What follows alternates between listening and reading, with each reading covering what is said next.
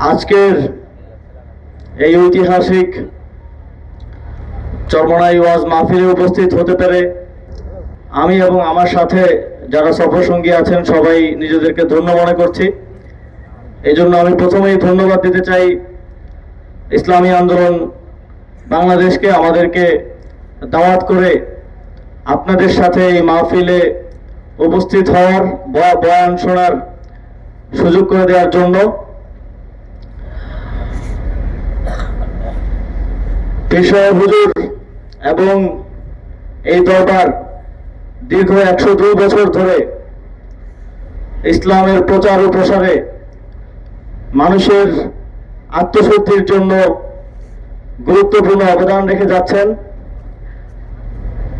এই মাহফিলের কথা আমি ছোটবেলা থেকে শুনি, কিন্তু আজকে প্রথমবার আল্লাহ তাআলা আসার তৌফিক দিয়েছেন এবং আমি এসে দেখলাম যে আপনারা দেশের বিভিন্ন প্রান্ত থেকে, দূর দূরান্ত থেকে এই তীব্র গরমের মধ্যে কষ্ট করে এসেছেন ইসলামের প্রতি ভালোবাসার জন্য এবং এই গুরুত্বপূর্ণ মাহফিল থেকে আত্মশুদ্ধি অর্জনের জন্য, এবং সবাই কষ্ট করে স্বতঃস্ফূর্তভাবে আমি দেখছিলাম যাওয়ার সময় যে আপনারা নিজেরাই রান্না বান্না করছেন, খাওয়া দাওয়া করছেন, ইসলামের খেদমতের জন্য এই গরমের মধ্যে কষ্ট করে একসাথে হয়েছেন। এটাই আমাদের ইসলামের সৌন্দর্য।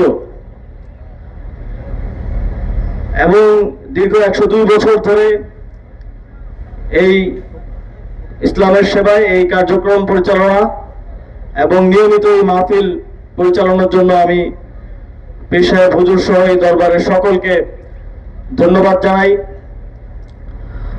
এবং আমি অনেক সময় শুনেছি যে এই মাহফিলে যারা আসেন তারা আসেন একরকম মানুষ হয়ে, ফিরে যান ভিন্ন এক মানুষ হয়ে।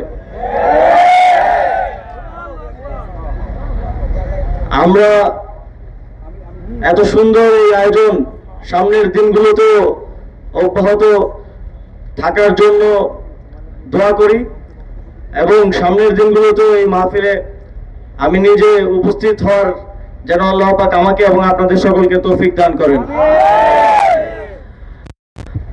শুধুমাত্র ইসলামের শান্তির ধর্ম, ইসলামের প্রচার ও প্রসার নয়, পীর সাহেব হুজুর এবং ইসলামী আন্দোলন বাংলাদেশ এই দেশের মানুষের জন্য রাজনীতিতে অত্যন্ত গুরুত্বপূর্ণ অবদান রেখে যাচ্ছেন। এই দেশের মানুষের মুক্তি এবং শান্তির জন্য পীর সাহেব হুজুর নিজে রক্ত ঝরিয়েছেন, আমরা দেখেছি।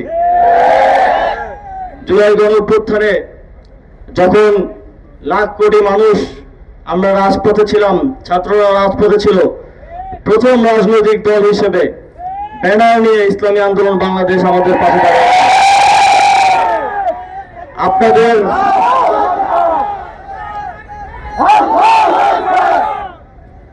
আপনাদের এই অবদান দেশ ও জাতির জন্য আমরা আজীবন শ্রদ্ধা ভরে স্মরণ রাখবো।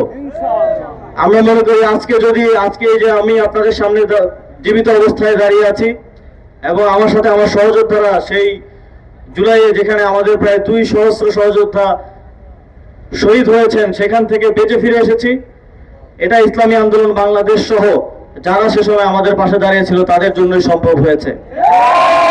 আগামী দিনের বাংলাদেশের মানুষের মুক্তির লড়াইয়ে রাজপথে আমাদের যে সম্পর্ক ইসলামী আন্দোলন বাংলাদেশের সাথে তৈরি হয়েছে, রাজপথের একেবারে স্বতঃস্ফূর্ত অর্গানিক যে সম্পর্ক তৈরি হয়েছে সেটা অব্যাহত থাকবে, এই প্রত্যাশা রাখছি। এবং এর জন্য আপনারা সবাই আমাদের জন্য দোয়া রাখবেন। আমি সর্বোপরি, আপনারা অনেক কষ্ট করছেন, এই রোদে আছেন, এই গরমের মধ্যে ইসলামের খেদমতের জন্য এসেছেন। এই মাহফিলের আমি সাফল্য কামনা করছি এবং ভবিষ্যতে যেন সফলভাবে এই মাহফিল এগিয়ে যায় এবং ইসলামী আন্দোলন বাংলাদেশের সাফল্য কামনা করে আমার বক্তব্য শেষ করছি। আসসালামু আলাইকুম ওয়া রাহমাতুল্লাহি ওয়া বারাকাতুহু।